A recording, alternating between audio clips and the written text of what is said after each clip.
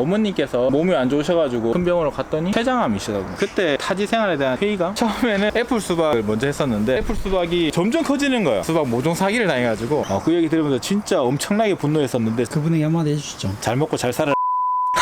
칼집을 딱 내고 착 하면 이렇게 나와요. 진짜 캐비어 같네요. 네, 알이 꽉 찼기 때문에 매출은 좀 어느 정도 되는 것 같으세요? 평당 한 정도? 제가 작년부터 벌초 대행을 하거든요. 뭐 수익률만 놓고 보자면 농사보다는 훨씬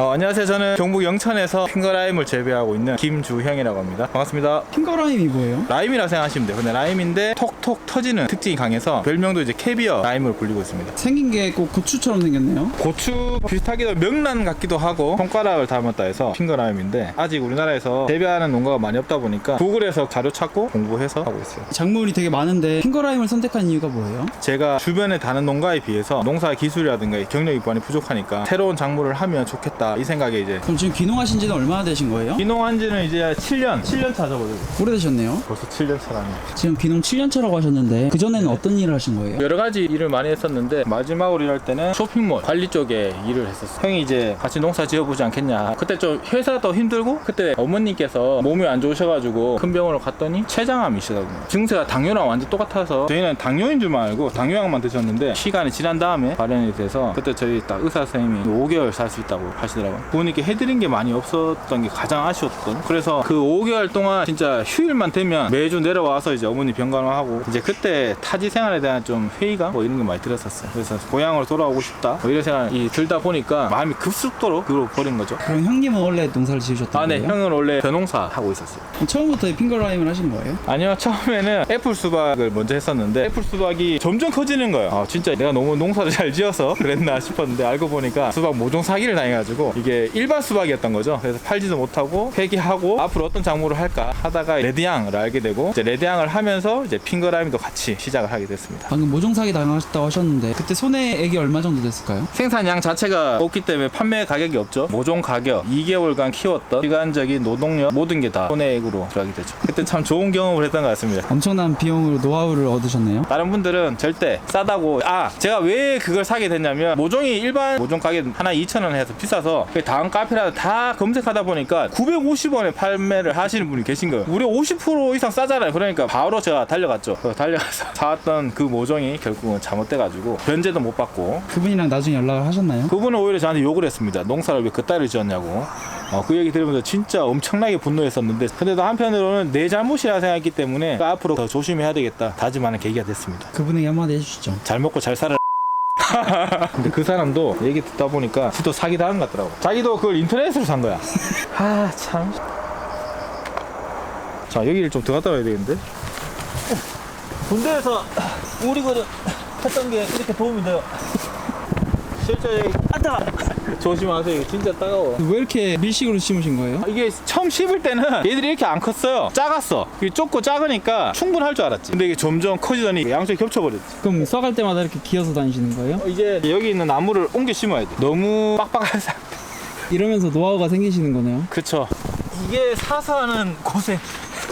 안 해도 될 고생을. 근데 핑거라임이라는 거 되게 생소한데 사람들이 구매를 하나요? 처음엔 저도 이걸 어떻게 팔지? 그래서 유튜브나 라이브 커머스를 통해서 많이 알리자라는 식으로 제가 시도를 많이 했었는데 아무래도 제가 유명하지 않다 보니까 뭐 그걸 통해서 조회수가 엄청 많이 오르고 구매하는 사람 많이 없었어요. 지금이야 핑거라임 검색하면 제게 가장 먼저 뜨긴 한데 초창기에는 핑거라임 검색을 하면 네이버 기준 6번째, 7번째 페이지에 제게 떴어요. 근데도 그걸 찾아서 구매 주문을 해주셨어요. 그래서 초반에 많이 구매하셨던 분들 셰프님들 우리나라 진짜 유명한 뭐 레스토랑 호텔에서 누가 봐도 이 호텔에서 내 거를 뭐 지금은 이제 인플루언서님께서 유튜브나 인스타그램을 통해서 ASMR 찍으시거나 그걸 먹는 피드를 올리시면서 일반인 분들이 지금 주문이 많이 들어오세요. 이게 무슨 맛인가요? 일반 라임이라 생각하시면 되는데 제가 하나 쪼개볼까요? 자, 핑거라임 드실 때 보면 중간 여기에 칼로 원래 딱 칼집을 내면 되거든요. 지금 칼이 없으니까 손톱으로 딱 눌러서 칼집을 딱 내고 착 하면 이렇게 나와요. 그럼 잘 익은 것들은 이렇게 잘 밀려 나와요. 이렇게. 진짜 캐비어 같네요. 네, 알이 꽉 찼기 때문에. 그래서 이거 드실 때는 이거를 이렇게 돌돌돌 돌리면 이렇게 나와요. 이렇게. 우와. 그래서 이걸 드시면 됩니다. 그냥 이대로 먹는 건가요? 네, 한번 드셔보세요. 소리가 들어가야 될 텐데. 되게 상큼하죠. 엄청 친데요? 상큼하면서 이게 간혹 가다가 이게 맛있는 줄 알고 주문하시는 분이 계신데 사실 라임, 뭐 레몬 종류라고 보면 돼요. 그리고 이게 신맛만 있는 게 아니라 갖가지 향이 느껴져요. 신기한 향이 납니다. 그리고 향이 되게 많은 것 같아요. 맞아요. 대신에 이 핑거라임 드실 때 이 껍질에도 기름이 들어있어요. 기름. 이 오일은 요 안에 있는 핑거라임과 섞이면 핑거라임 풍미를 조금 방해하기 때문에 최대한 껍질을 베진 않고 안에 내용만 드시고, 껍질을 드시려면 말려서 이걸 차로 드신다거나 우려 드시는 걸 추천드립니다. 그럼 지금 이 핑거라인 같은 경우는 가격이 얼마 정도에 판매되는 거예요? 한 이 정도가 한 100에서 한 120g 정도 되는데 지금 100g에 16,000원에 판매를 하고 있어요. 뭐 단가 자체는 좋죠. 누군가 보면 와 100g에 만 얼마야? 단가가 좋지만 수확량이 많지가 않아서 수확량을 늘려야 돼요. 제가 느끼기에는 100g에 16,000원이라고 하면은 금액적으로도 좀 괜찮지 않나라는 생각이 드는데 매출은 좀 어느 정도 되는 것 같으세요? 지금 하우스에 600평 정도가 핑거라임인데 평당 한 10,000원 정도 잡히는 것 같아요. 그러니까 한 5, 600만 원 정도. 올해는 그거보다는 좀 늘어서 평당 한 2만 원 정도. 근데 하우스에서 누가 평당 2만 원 농사 짓는다 그러면 때려치라고 할 겁니다. 당장 때려쳐야지. 이 시설비 들여서 농사 짓는데 평당 2만 원, 최소 5만 원 이상은 나와줘야 그만큼 수확량이 많지는 않아요. 이전에는 아예 농사와 관련 없는 일들 하셨던 건데 아내분이 농사 짓겠다고 하니까 뭐라고 하시던가요? 크게 반대라든가 그런 걸 하진 않았어요. 제가 아이만 잘 봐달라 이렇게 얘기를 했죠. 지금이야 좀 일을 시키고 있지만 자녀분이 3분이 있다고 하셨는데 네. 어떻게 되신 거예요? 금술이 너무 좋았어. 제가 이제 형제가 셋이다 보니까 어릴 때부터 한 셋 정도는 가져야 되지 않을까 이 생각했었는데, 직장 생활을 할 때는 둘째가 안 생겼어요. 딸 하나로 만족해야 되나 했었는데 귀농 후에 이제 아들 둘이 생긴 거죠. 뭐 역시 귀농을 하면 금술이 좋아지는 것 같습니다. 비농 지금 홍보하시는 건가요? 아, 네. 귀농 많이 하십시오. 나만 당할 수는 없으니까. 자녀분들이 좀 농장에 자주 놀러 오나요? 예전에는 와이프가 운전을 못해가지고 거의 제가 데리러 가야 돼서 시간이 많이 부족했었는데 이제는 운전을 잘해요. 제가 겁나서 운전하지 말라 그랬었는데 여자랑 엄마는 진짜 다른 것 같아요. 엄마가 되는 순간 책임감이 어마어마하게 세서 그런지 몰라도 아이들 케어하는 거 보면 진짜 깜짝깜짝 놀래요. 엄마는 강해. 진짜 도움이 많이 되실 것 같아요. 예, 진짜. 지금 또 봐봐요. 지금 짝짝 소리 나죠? 혼자 지금 택배 박스 하고 있다니까. 아내분에게 한번 해주시죠. 아, 혼자서요. 새 아이를 본다는 게 전 사실 한두 시간도 애 보기가 힘들어요. 3명이 같이 있으면. 근데 그 와이프 같은 경우는 그 3명을 다 케어해서 시키고 학교 보내고 또 하원 시키고, 저는 아침 새벽 한 5시 반에 나와서 집에 가면 거의 8, 9시거든요. 그러면 하루 종일 애들을 보고 재우기까지 다 한다는 거죠. 그 모습 보면서 진짜 저는 못할 일을 해준다 생각하고, 귀농해서 이제 그렇게 썩 좋은 환경은 아니지만 그래도 항상 웃으면서. 네, 고마운 게 많으신가 보네요. 미안하죠. 사실 잘해주고 싶은데 아직 그래도 뭐 더 잘해서 다음에 좀 편하게 웃으면서 얘기할 수 있는 정보가 되겠습니다. 야, 이게 인터뷰의 매력인가? 다 했어? 이제 좀 전에 앉았는데. 이제 알아. 진짜 편해.